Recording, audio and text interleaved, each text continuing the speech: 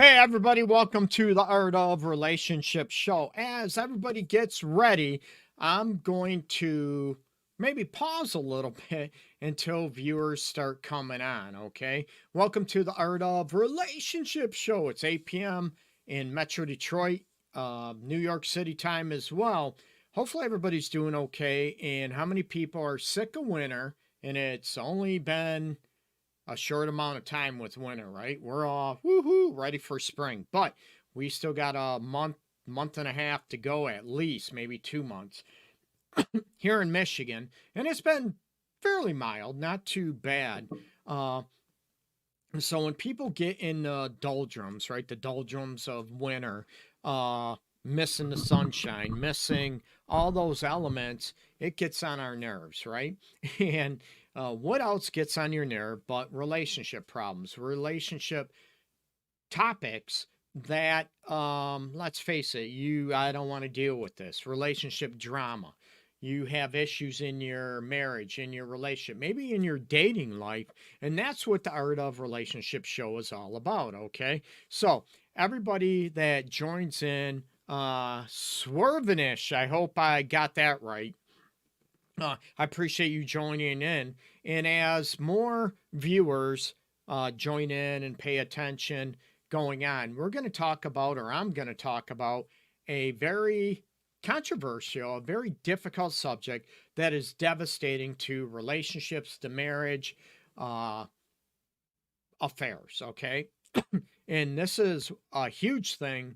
It has been forever, 21 years, that I specialize in helping couples, helping individuals heal from an affair or a betrayal of some sort or another. Okay.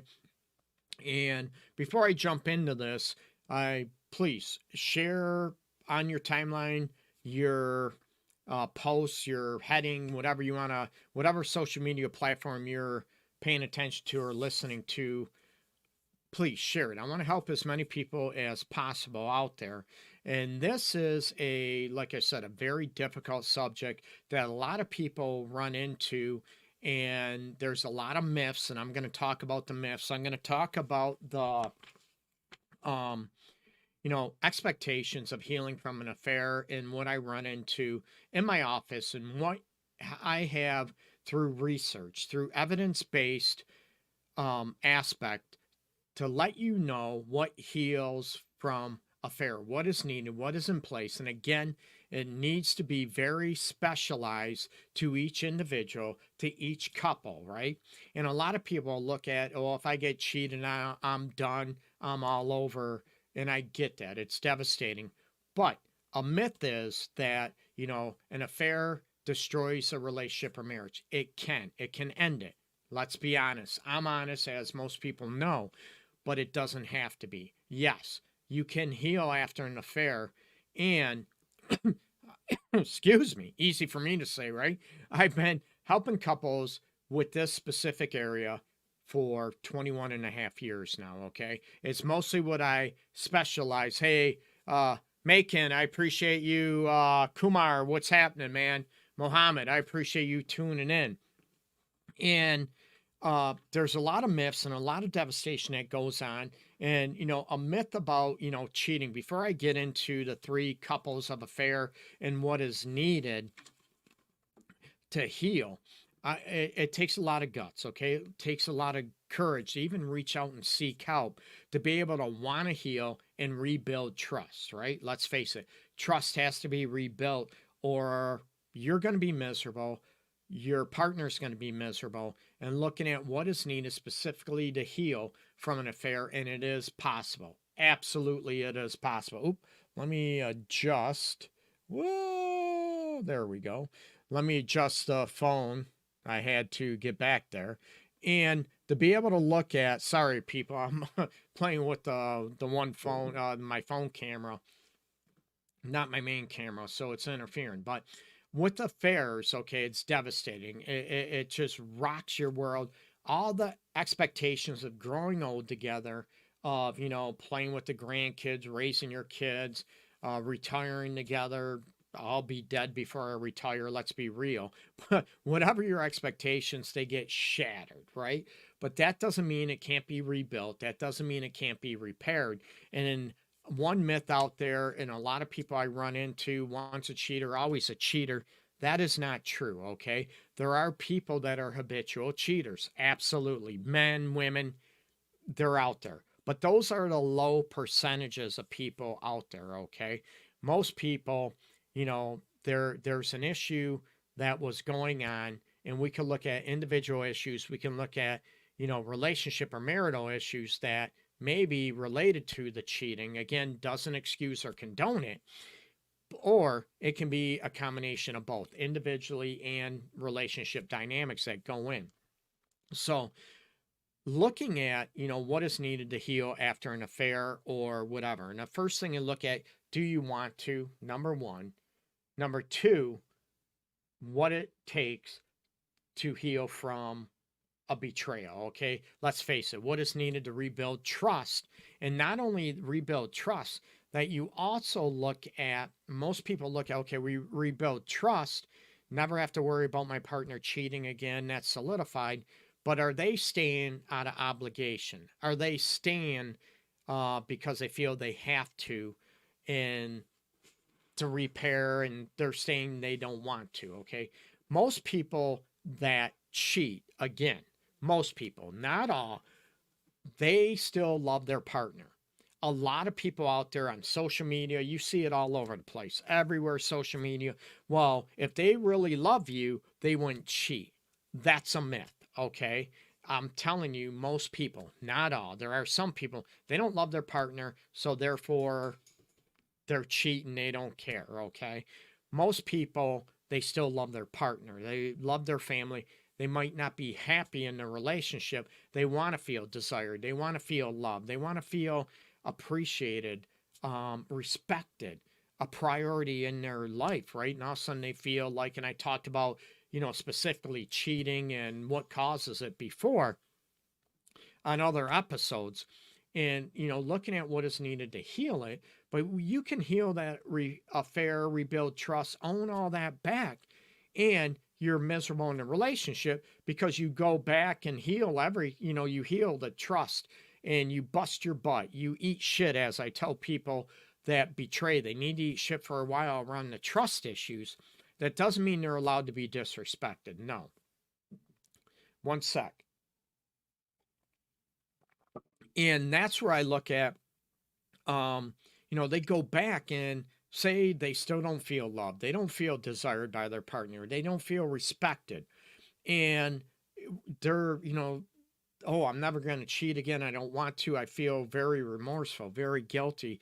I sold myself out too. I did something I swore I'd never do. And it happened, okay? But then you go back to a relationship in the marriage and look at, that I'm still miserable. I still don't feel those things, but now I have to stay because of what I did.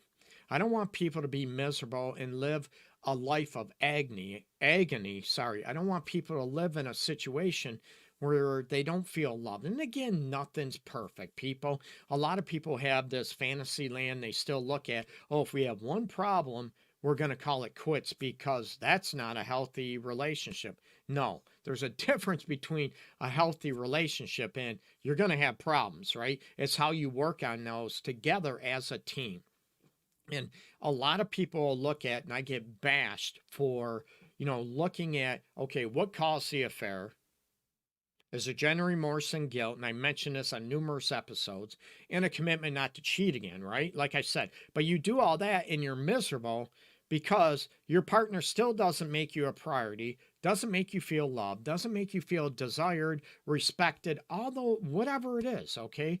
And you're supposed to be okay with that. I say no. So that's where I look at what caused it, and that doesn't justify or condone an affair. I mentioned this numerous times, people.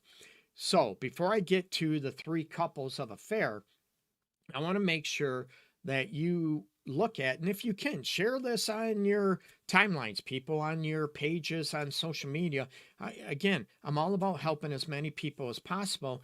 And no, because I'm talking about the three couples of affairs and working on healing from an affair or a betrayal, you know, you can ask any question regarding, dating, love, relationships, marriage, intimacy, sex. And I always do a Q&A. Every show episode is a Q&A. So you can throw out your questions out there and I'll do the best to answer them. And again, it doesn't, replace actual psychotherapy or professional counseling that I do in my office, but I'll give you the best, insights that I can and tools to work with that will help you propel and heal from your relationship or marital challenges, okay, or dating aspects. I'll do the best I can. So please share this and ask any questions you have. And you will be anonymous, even though I might be able to see your name or whatever popped up on social media or in the chat. You'll be anonymous. I respect your privacy, absolutely, and and want you to be anonymous unless you give me permission to use your name, okay? So looking at, a lot of myths about affairs that come into play that I run into. I already talked about one, right? Or two, once a cheater, always a cheater. That is a myth, okay? Now, there are people, I said, they're habitual cheaters. They're going to cheat no matter what. Women, men, but those are very minute. Those are small percentages, okay? Evidence, statistical based, that's not always the case. I'm going to be honest, okay? And there's a lot of myths out there. So once a cheater, always a cheater. That's a huge myth out there, right? I'm going to be honest.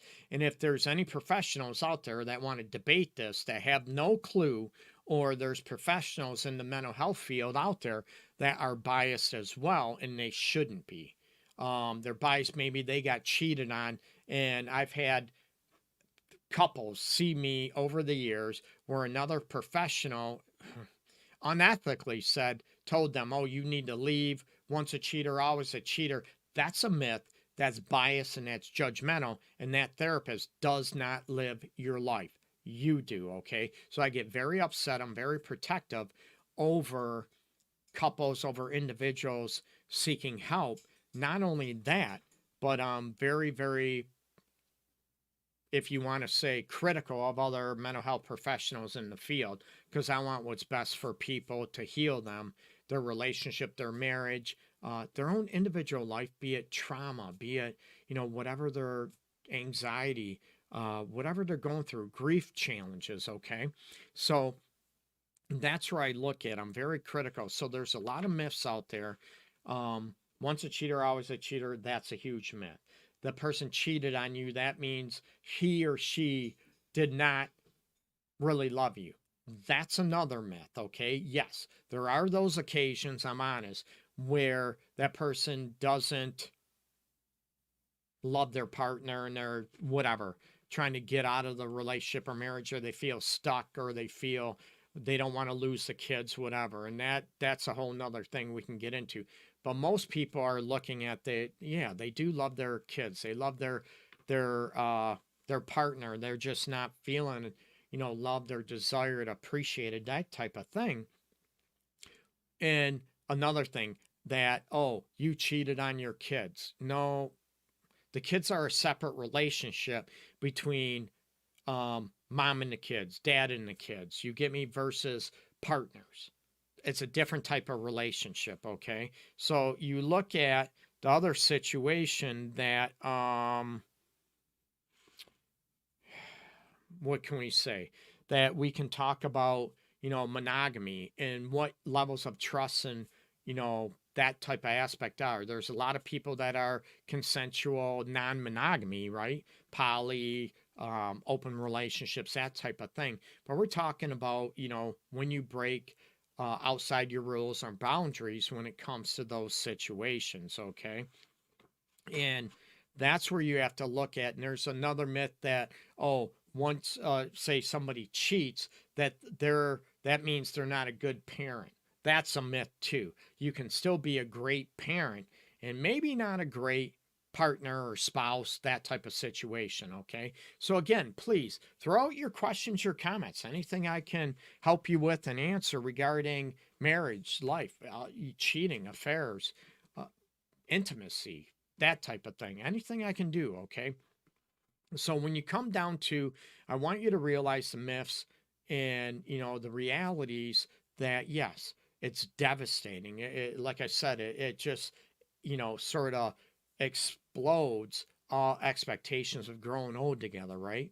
And it's hurtful. It's devastating. I get it. I'm not saying it isn't, but I'm saying it can be repaired. Trust can be built back up if that's what both people desire and want. Okay, so now going into the questions of care and concern, or I'm sorry, the three couples of affairs. It's been a long day, so I apologize. The questions of care and concern are great at building emotional intimacy, and those are, asking, hey, what were you feeling that led you to cheat? Not excusing, not condoning it.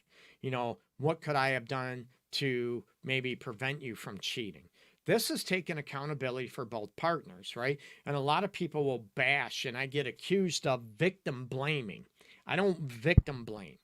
You heard me talk about, as I move my mic, you heard me talk about, I don't excuse, I don't condone cheating. Not at all. I look at what I can do to heal it and, heal what was going on in a relationship, marriage, or individually that caused that person to cheat. So we look at taking accountability, taking responsibility, and looking at connecting with the person that was betrayed, the devastation, the hurt, the pain, the, just expectations getting blown up, that, not being able to trust again, thinking they're lying all the time. All that stuff is very devastating and it's frustrating for them and connecting with that pain, right? That needs to be there. So the three couples of affair, and I talk about with, couples on a daily basis in my office that I deal with infidelity issues, that I look at, are you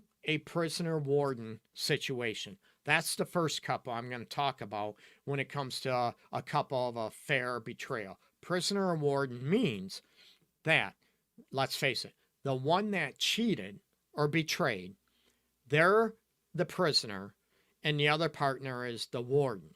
You get me?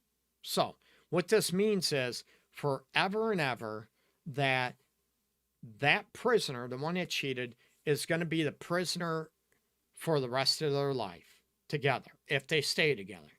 And the one that was betrayed, they're going to be the warden for the rest of that relationship, marriage, or their life together if it lasts. Okay. So the prisoner warden is usually the one feels so guilty. I need to eat this. I need to, pay my consequences. I need to pay my prison term for the rest of my life. This is very unhealthy, obviously, right? And how many people want to be in this situation? It's not healthy, right? So a lot of people, the warden always remembers the prisoner, you've done this, you cheated, you betrayed me. And all of a sudden, the prisoner doesn't have the right to feel hurt, mad, upset, frustrated, right? Because they're the prisoner. They don't deserve any rights at all. That's not fair. That's not being humane. That's not being compassionate. And it's very unhealthy, right? So the prisoner ends up losing their self-love, their self-respect, because the warden, took it away, or it was given away by the prisoner. So it's a constant reminder. They're going to bash, they're going to throw it in your face forever and ever. Oh, you cheated, you did this. So, oh, you don't have a right to feel this way because you cheated on me. And this could go on for a year, 2 years, 5 years, 10 years, 20 years, 30 years. So think about this if that's what you want. And the warden typically, unethically, unhealthily, hit a dry spot in my throat. Sorry, people. Like my throat's going through puberty again. Excuse me. So the warden will also bring in family members, the kids, to also punish the prisoner. It's a very toxic, very unhealthy dynamic. And the warden wants everybody to continue to feel sorry for him or her that they got cheated on, they played a victim role, and I'm going to punish you for the rest of your life for what you did. And they don't look at the warden typically, nor does a prisoner try to command this. The warden will never look at their role in what caused the affair, right? They could do whatever they want, but that person still shouldn't have cheated. I get that. I understand that. But they're not looking at, man, what did I do to cause my partner to want to cheat on me, right? They're so hurt, devastated, or they're arrogant enough that, you know what, I didn't do anything to cause this. Not at all. In most cases, like I said about myths, most cases, that's untrue. That's a huge myth. So I'm all about this situation, the warden prisoner. What I try to do is get that warden to understand and try to humble enough. And I get it's devastating. Trying to connect. I get it's hard for you. I get it's devastating, and you deserve, to feel what you feel. Absolutely. But is it a lot of work being the warden? Does it keep you safe? Does it keep you feeling that you're in power and protected, not like you were before? So we need to I go after, trying to get humility, going after the hurt and the pain to break through that. But if that warden is arrogant enough, that might not happen. And that dynamic, if it lasts and you're that prisoner warden situation, it's very unhealthy. And you have to look at, well, do I want to remain in this situation? Okay. And we have to remember, I'm honest. Okay. Everybody says, there's been a huge myth about men cheating versus women cheating, right? Differentiation between 30% was what was norm or projected, right? Men cheat 30% more than women do. That's a myth too. The actual stats are right close, and this is subjective. It's right around 5% differentiation, which means just as many women are cheating or very close to men nowadays, okay? So the myth is, oh, men are dogs, men always cheat. That's a myth. And women never cheat. That's a myth, a huge myth. But we have to look at what is going on, what's causing it, and is monogamy realistic? And is monogamy what you really want? Okay. So, and I'm not saying I'm monogamous, I'm one-on-one, that's me, who I am, but I work with all kind of lifestyles. Okay. No judgment. I'm sex positive, but it's when the devastation hits of an affair or betrayal, when one steps outside the rules or boundaries, what you have aligned for your relationship or your marriage. Okay. So the prisoner warden situation is not really, let's face it, it's miserable. It's a power dynamic and it's not healthy.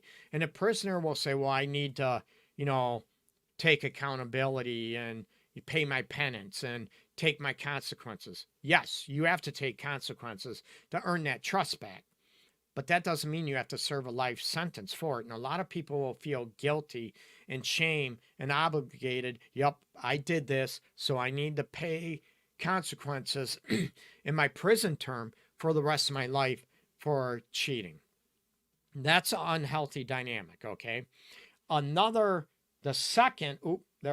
second aspect of couples of affairs are either, I call them the ignorers or they're dismissive, right? And this is where I get a couple coming into my office one time, okay? She cheated, he cheated. And in my office, there's a lot of remorse, a lot of guilt and shame for cheating. I get that. And the other one, oh, I'm sorry if I caused you, to want to cheat or I didn't make you feel loved. Great. That's terrific. We get there. And then the next day, it's like it never happened. You get me? So these are, they dismiss. They're ignores. They totally ignore what was going on like nothing happened, okay? They might blow up and all that. They come together, love each other, and then the next day, like it never happened, never existed. I tell people, you know what? You're going to think this, and I hope not, but I'm telling you what usually happens. If it's not fully healed, that trust is not rebuilt and earned back, and looking at what is going on, it's going to blow up in your face, and it's going to hit you a month, 2 months, 3 months down the road. I get people, I get a call, one session, and Greg, thank you. We're all healed now and terrific. We're great. And I'm shaking my head because I know the reality and the percentages. I'll get a phone call a couple months later. Greg, we need to come back. We thought we were good.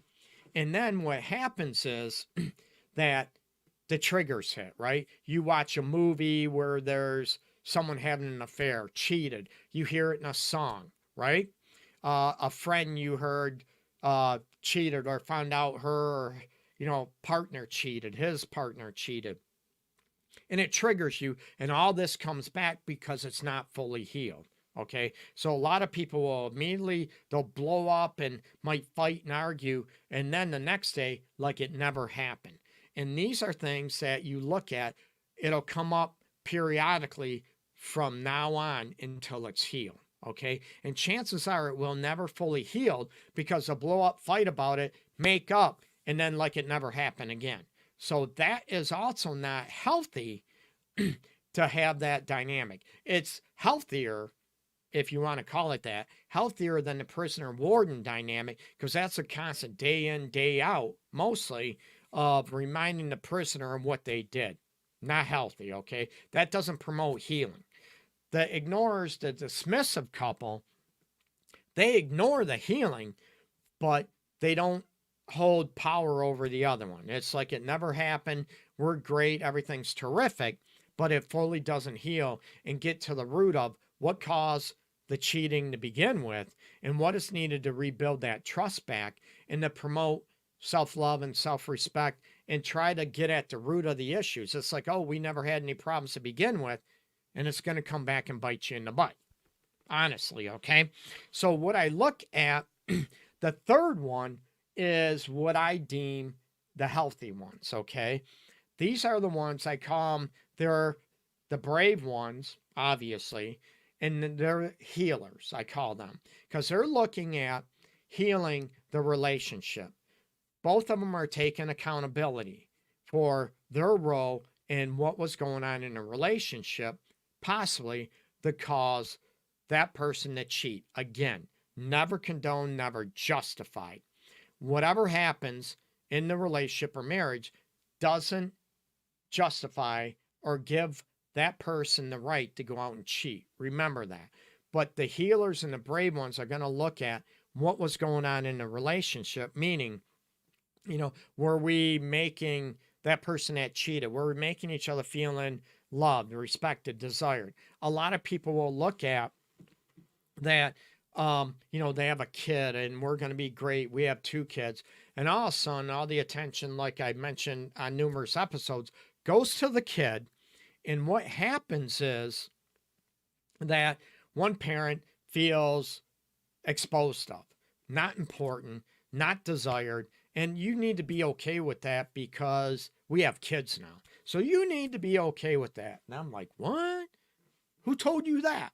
No, number one, you don't need to be okay with that. Not at all. Understanding, patience, yes. But you don't have to live that way. And number two, because you feel that way, that didn't give you a right to cheat. Were you able to speak about it, talk about it, and to be able to look at, hey, what do we do to make our relationship, marriage, important and crucial and a priority, even though we have kids, okay? So the brave ones, the healers, are the ones to explore the root of the issues, right? They want to heal, earn the trust back, do the work, and understand what is needed to heal the relationship again. The one that did the cheating and betraying, what are they willing to do to earn trust back, right? And I said, they need to eat shit to earn that trust back. That doesn't mean they're allowed to be disrespected, and that doesn't mean they eat crow on everything. It's around the trust aspect. So it could be, you know what, I need you to share my location. And they're like, no problem. I get it. I understand. Um, you get me? Instead, oh my God, I'm not sharing. And they fight and they, because I have ego and pride and I'm not losing my power. You can still maintain your power and self love and self respect, but you need to earn that trust back. So the brave ones, the ones that I call healers, they're the ones that are willing to earn that trust back, both of them. But both of them are able to look at, hey, you know what? What can I do to be a better partner so you don't want to cheat, right? Doesn't justify it, doesn't condone. I know I repeat myself, but it's so crucial. And I've had people over a lot of years try to take me out of context and say I blame the victim. Not at all. Or, oh, Greg condones cheating. No, I don't. I'm not into getting taken out of context with inappropriate or incomplete sound bites. Okay. So you look at exploring what was going on in a relationship, what was going on in the marriage.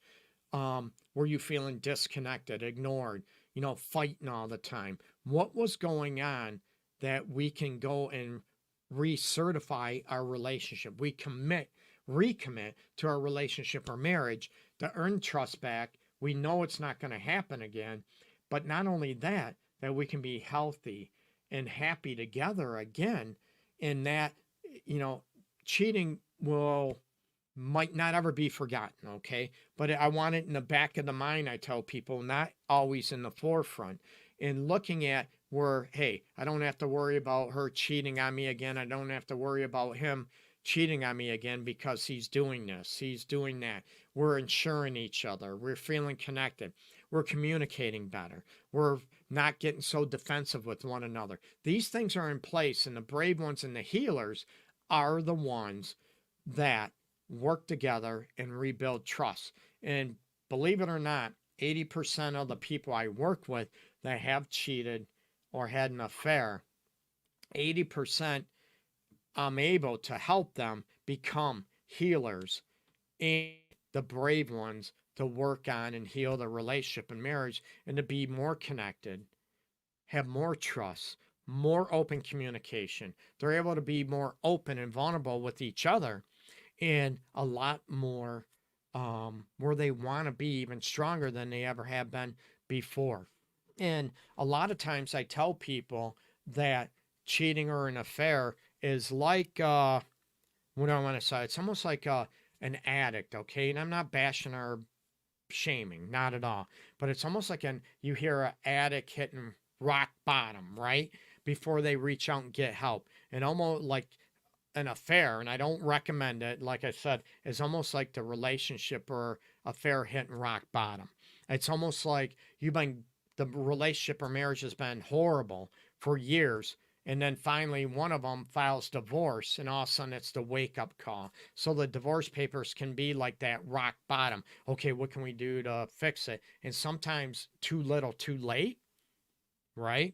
And I don't want the divorce papers or someone to cheat before people reach out and get help and look at what do we do. I'm not happy. Our relationship is not where we want it to be. What can we do to seek professional help to be able to communicate better, to understand each other better, to put ourselves in each other's shoes and to understand how we're impacting each other and show each other that we care and understand and what can we do as a team instead of fight each other, instead of blame each other, right? That's what I want to do and help you with that situation, okay? So remember, look at how do you want to be, and this could be for any type of betrayal, not just cheating, okay? Do you want to be the prisoner warden? Think about that, okay? People might love to be the warden. I got control. No, control freaks, no, they're not healthy, okay? So do you want to be the prisoner warden? Do you want to be the ignorer, the dismissive one, like, oh, we blow up, everything's fine now without fully healing and doing the work so you fully heal instead of it coming back now and then, biting you in the booty and blowing up in your face by triggers, by different signs. And then it's a rinse and repeat and never fully heals. And you continue that way for the rest of your life. Or do you and your partner want to be healers? Do you want to be the brave ones to look at both of your roles and what was going on, that you work as a team to heal it? And again, that doesn't mean it's justified that someone betrayed you, or, you know what, never condone, but to look at what is going on. And the partner that did cheat and betray, they need to eat crap for a while to show genuine remorse and guilt and earn that trust back. Not because they got caught, because of the pain they inflicted. And that's the big difference with genuine remorse and guilt, right? It's not because you got caught. Oh, I'm sorry.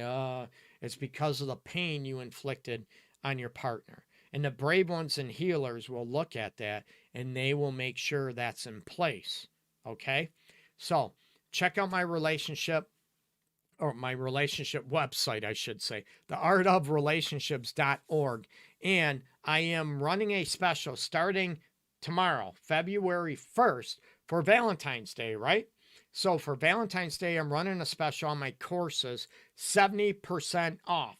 They're cheap, people. So I have Healing from an Affair, exactly what I'm talking about today. Healing from an Affair, 28 days to revive your relationship if it's on the rocks and you're fighting all the time. And also, I have a premarital course to try to prevent this from happening so you can set yourself up for that great relationship or marriage that you've always wanted. They're 70% off, very, very cheap, reasonable, people, very reasonable. So check out theartofrelationships.org, go to courses, and you'll see them on there. And that sale is starting tomorrow, February 1st through February 20th, okay, to represent Valentine's Day. And as people I've always talked about for years and years, it's not just Valentine's Day, but can you show your love and appreciation for one another every day of the year, okay? So again, theartofrelationships.org is my website. Check out the Art of Relationships show every Wednesday, 8 p.m. Eastern time. And please follow me, subscribe to me on YouTube, all other social media platforms under Love Guru Greg, okay? And again, I apologize for tripping over my tongue today. Peace and love, everybody out there. Much love, okay? Take care. Bye-bye.